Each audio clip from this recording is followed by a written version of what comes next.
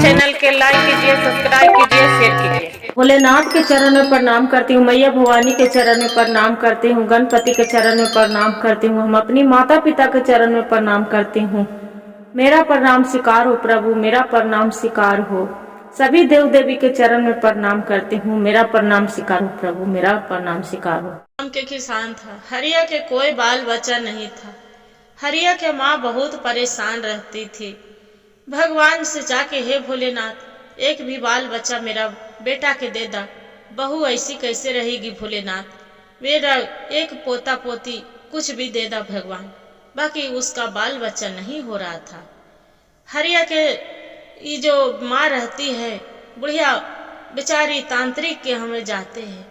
जो तांत्रिक के यहाँ जाते हैं, तांत्रिक बाबा बोलते हैं कि ये देखो शांति, तुम्हारा बहू बेटा के तो बहू के बाल बच्चा नहीं लिखा है। इतना सुन के बुढ़िया रोने लगती है कि हे भगवान, मेरा बाल बच्चा नहीं होगा तो हम कैसे जिएंगे, मेरा खानदान घर परिवार कैसे चलेगा। इतना बात सुन के, हे बाबा कुछ उपाय है तो आप बताइए। तब बोलते हैं कि ठीक है, आपको बाल बच्चा तो हो जाएगा बहू के बेटा के, बाकी जो बेटा सबसे ज्यादा तेज रहेगा उसी को बलिदान देना पड़ेगा, बलि देना पड़ेगा। अब बुढ़िया बेचारी सोचती है कि बात तो सही है, जो बेटा बाल बच्चा हो जाएगा बेटा के तो दो गो जुड़वा बच्चा हो जाएगा तो एगो के दे देंगे, एगो रह जाएगा, कम से कम तो बारिश आगे के तो चलेगा ना। इतना बात सुनकर भोले बाबा के रूप में वह महात्मा जी थे। महात्मा जी बोलते हैं कि क्या हुआ, तैयार हुए? बोलते हैं कि हाँ बाबा मैं तैयार हूँ। ठीक है, आप जो बलिदान के लिए बोल ही रहे हैं तो कोई बात नहीं बाबा। ठीक है। बाबा क्या करते हैं, गुरु बहन एक आम देते हैं, बोलते हैं कि जाओ अपना बहू के खिया देना। लाके बुढ़िया बेचारी बुढ़िया रहती है, जाके अपना बहू के खिला देती है। ले इंदु एक आम खा लो। बेचारी बुढ़िया कुछ नहीं राज बताती है, अपना बहू के आम खा लेती है। आम खाते के साथ वो गर्भवती रह जाती है। इंदु जो गर्भवती रह जाती है, भग अपना सास के बताने जाती है कि माँ जी अगले महीने के बाद तुरंत माँ जी हम गर्भवती हैं। बुढ़िया बहुत खुश होती है सुन के।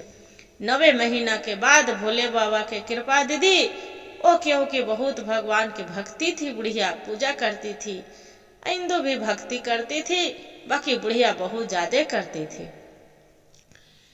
बहुत खुश होती है कि माँ जी हम तो माँ बनने वाली हैं।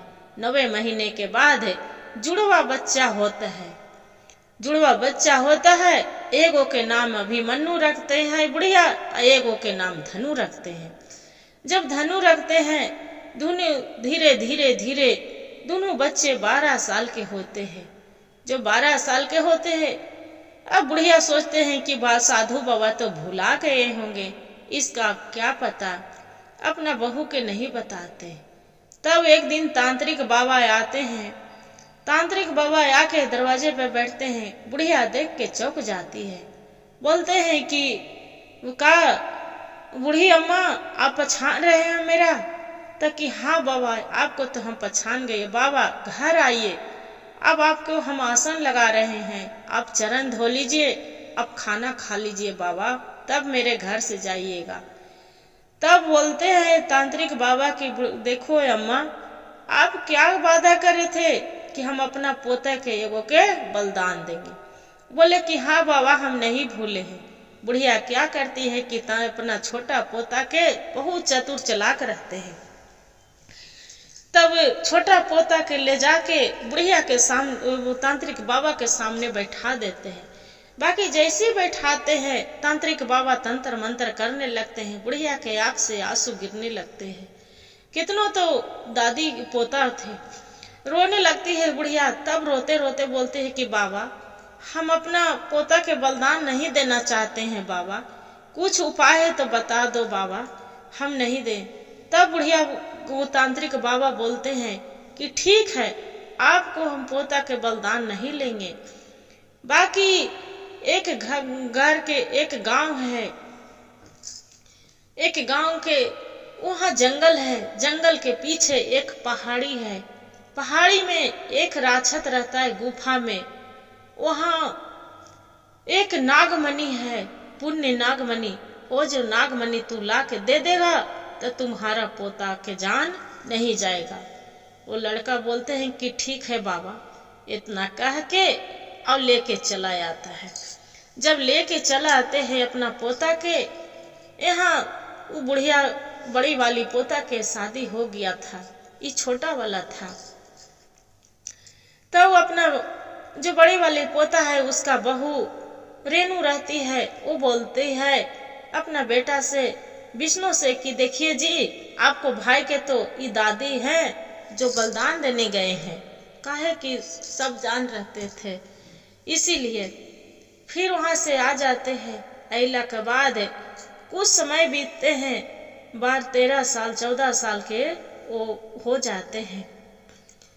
जो 14 साल के हो जाते हैं, छोटा वाला भाई जो धनु रहते हैं, तब बोलते हैं कि दादी हम जा रहे हैं तांत्रिक बाबा के, वो लाना है, अथी जो पुण्य है नागमणि ले जाके तो देना है ना, तब मेरा जान बचेगा, न तो अपना प्राण के रक्षा के लिए तो कुछ भी करना है, न तांत्रिक बाबा तो मेरा बलिदान ले लेंगे। बुढ़िया अम्मा बोलती है कि बेटा मत जाओ, इतना दिन हो गया बाबा को भूल गए होंगे। तो नहीं मां नहीं दादी, ओ बाबा अगम जानते हैं, बहुत अगम जानी है, वो बाबा मेरा मार डालेंगे। बोले ठीक है बेटा, बाकी होशियारी से चालाक से जाना बेटा। वो धनु रहता है, वो चली जाता है। वहाँ पहाड़ी घर के पीछे एक जंगल रहता है, जंगल के पीछे गुफा, वही गुफे पर पहाड़ी के ऊपर वहाँ एक गुफा रहता है। जैसे रास्ते में जा लगते हैं, वहाँ पड़ी एक जोरों से आवाज आते हैं। जोरों से आवाज आके वहाँ एक बुढ़िया माता आती है। बुढ़िया माता कौन थी? माता पार्वती थी। भोले बाबा के देखे कृपा, बुढ़िया भगवान से मनाती कि हे भोलेनाथ, मेरा पोता की रक्षा करना। तब बुढ़िया अम्मा बोलती है कि बेटा तू कहाँ जा रही हो, आज बहुत उदास है। तब बोलते हैं कि अम्मा क्या कहे, हम अपना प्राण के तो रक्षा करना है। मेरे पिताजी के बाल बच्चा नहीं हो रहे थे, तो मेरी दादी गछ लिए थे कि वहाँ एक पुण्य नागमणि है, वही तांत्रिक बाबा के देना है। बोलते हैं कि बेटा होशियारी से जाना, हुआ एक राक्षस है, तोरा से तू इन सवाल करेगा, बाकी सोच समझ के तू सवाल देना बेटा, अथी अकबका के नहीं, न तो तुम्हारा पत्थर बना देगा वही। बोले ठीक है अम्मा, जाओ अच्छा से रहना। वहां से आ जाता है। जैसे कुछ पहाड़ी के गुफा तर जाते हैं तो वहां जोरों से हरहरा के आवाज आता है। तब बोलते हैं जो राक्षस रहता है कि अरे मनुष्य, तुम यहाँ पड़ी आया है, अपना प्राण के चिंता तुम्हारा है कि नहीं है? जे ये तो बताओ तू यहाँ क्या लेने आया है? तब बोलता है कि देखो राक्षस भाई, आप तो राक्षस हैं, बाकी हम यही लेने आया जो नाग पुण्य नागमणि है, वो नागमणि ले जाके तांत्रिक बाबा के देना है।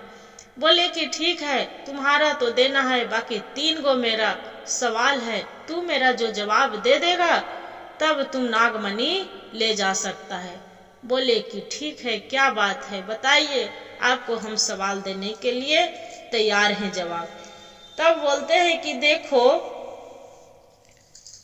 सवाल यही है कि वहां पड़ी कौन ऐसा जगह है कि वहां लाखों आदमी रहता है, बाकी बीच में फिर कोई नहीं रहता है। बोलते हैं बेचारा सोच समझ के धनु बोलता है कि शमशान घाट, कि वहां लाखों आदमी जलता है, बाकी वहां फिर कोई नहीं रहता है, सब चलाते हैं घर। बोले हाँ सही जवाब। फिर पूछता है कि अच्छा ये तो बताओ, एक आदमी सबको बर्बाद कर देता है, बाकी ओकरा कोई नहीं बर्बाद करता है। तब बोले अभिमन्यु ये जो धनु रहता है चुप हो जाता है, फिर बोलता है कि समय देखिए, जो समय है ऐसा कि समय खराब होता है तो बढ़िया बढ़िया आदमी के बर्बाद कर देता है, और समय जो बढ़िया रहता है तो ओकरा कोई नहीं बर्बाद कर सकता है। बोले कि ठीक है, दूसरा सवाल हो गया गुरु बहन। फिर पूछता है कि एक सवाल आओ है। फिर तांत्रिक बाबा पूछते हैं अभिमन्यु ओकरा धनु से कि ये तो बताओ कि कौन है ऐसा जाति जीवन है कि समय एक ही खेवा देखते हैं, फिर बाद में वो नहीं मिल पाता है। तब धनु बोलते हैं कि देखिए, धनु बोलता है हे अभी दानव, समय एक ही खेवा आता है, फिर जो बचपन बीत जाता है वो कभी फिर लौट के नहीं आता है। एक खेवा दोबारा कभी देखने के लिए वो बचपन नहीं मिलता है। तब दानव बोलता है ये सही जवाब है। इतना कह के और जो पुण्य नागमणि रहता है बोलते हैं कि जाओ, आपको ही हो गया, ले जाओ। नागमणि लेके चलने लगता है। वहां से धनु तो चलते चलते नदी के किनारे पर चले जाता है।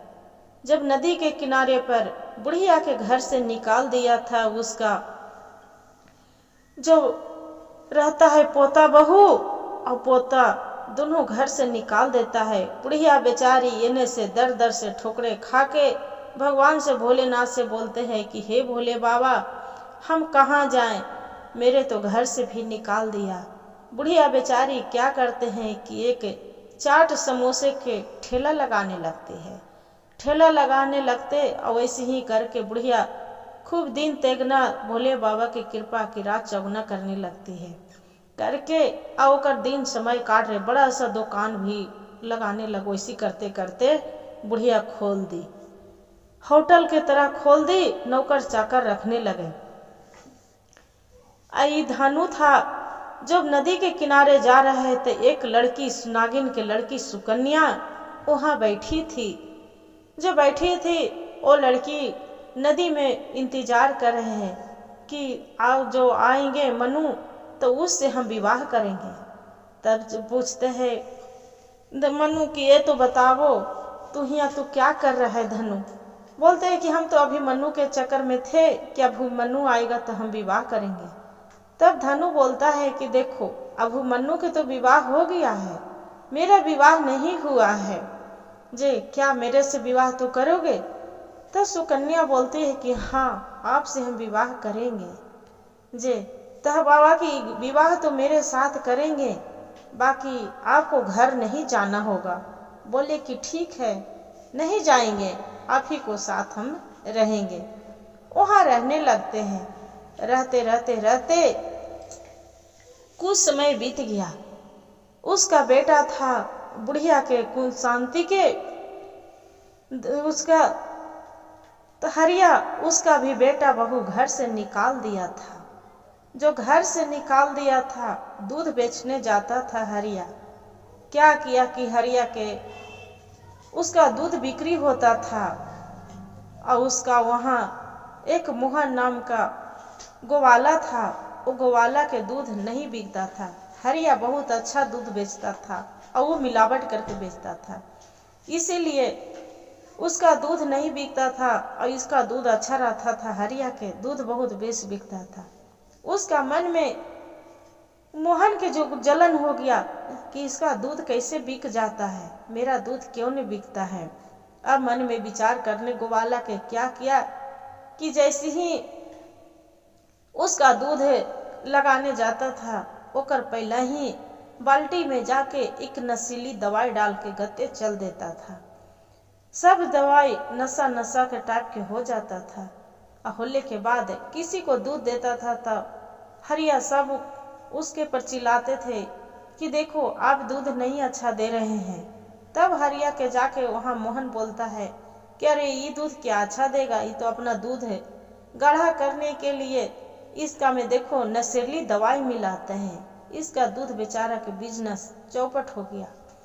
तब भगवान भोलेनाथ से प्रार्थना करते हैं हरिया की, हे भोले बाबा आप क्या लीला मेरे साथ रच रहे हैं कि ऐसे भी हो गया। और ये भी जो बेटा बहू थी उसका धनु के अभिमन्यु के पत्नी, वो भी बोलते हैं धनु से कि ये क्या कहें जी, आपको तो दादी इसका धनु के चला दिए हैं, पता नहीं कहाँ जी, आज तक नहीं आए हैं। तब कहे कि अब तो दादी के भी घर से निकाल दिए, अब हम कहाँ गया नहीं गया क्या बतावे, चलो जाने दो, जहाँ जाते हैं जहाँ। आई खूब मस्ती मार रही थी, उसका जो बहू थी मस्ती मार रही थी इंदु कि चला कैसू तो मेरा दिन अच्छा कट रहा है। एक दिन के बाद हुआ वहाँ बहुत कर्जा महाजन ले लिया था, जो धनु मनु था बहुत कर्जा ले दिया था, सबसे कर्जा लेने के बाद किसी को रुपया नहीं पटा रहा था गुरु बहन। वो अपना काहे मनमौजी में सास ससुर के माता पिता के भी निकाल दिए, दादी के निकाल दिए। अब वो जोर से इसका भूख लग रहा है, हरिया के पत्नी के जब भूख लग रहा है तो देख रहा है कि वहाँ एक होटल, बहुत बड़ा होटल है, लग रहा है कि वहाँ पर कोई सब पूजा उजा हो रहा है, ब्राह्मण दिख रहा है, का है, सब आदमी था गुरु बहन, तो उसका ब्राह्मण दिख रहा था। तब अपना पति के हरिया के बोलती है, हरिया के पत्नी कुंती कि चलिए न जी, देखिए लग रहा है कि बड़ा होटल है, वहाँ पर जाके कुछ खाएंगे। जैसी जाते हैं, जैसी उसका जो नौकर रहता है बुढ़िया के, वैसे बोलते हैं कि तुम यहाँ पर क्या करने आए हो जी, चली जाओ यहाँ से। तब उसका देखते हैं हरिया के माँ पर नजर पड़ जाते हैं। तब हरिया बोलता है माँ तू इधर, तो बोलते हाँ बेटा ये मेरे होटल है। जो घर से बेटा बहू पोता पोती पोता निकाले थे तो हम कहाँ दर दर के ठोकरे खाते। आज भोले बाबा के कृपा है कि चमत्कार भोलेनाथ आज दिखाए हैं कि हम ठेला लगाती थी छोटा मोटा, और ठेले लगाते लगाते आज इतना बड़ा हम बिजनेस कर रहे हैं।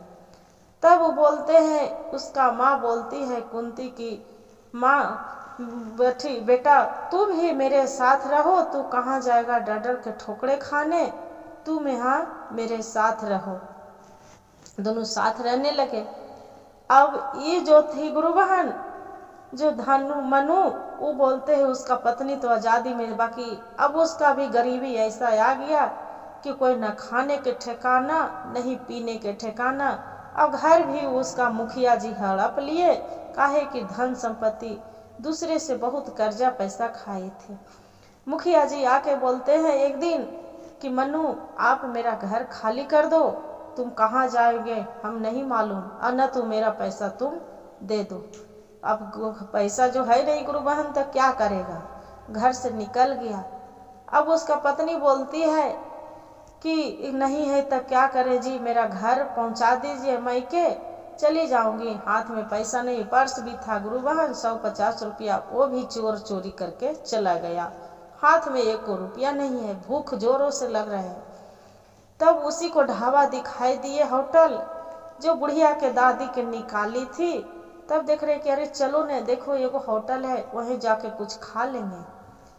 तब उसका नौकर थे बुढ़िया के दादी के, तब देख रहा है कि अरे यहाँ तो क्या करने। तब इसका बुढ़िया पर नजर पड़ती है, दादी पर।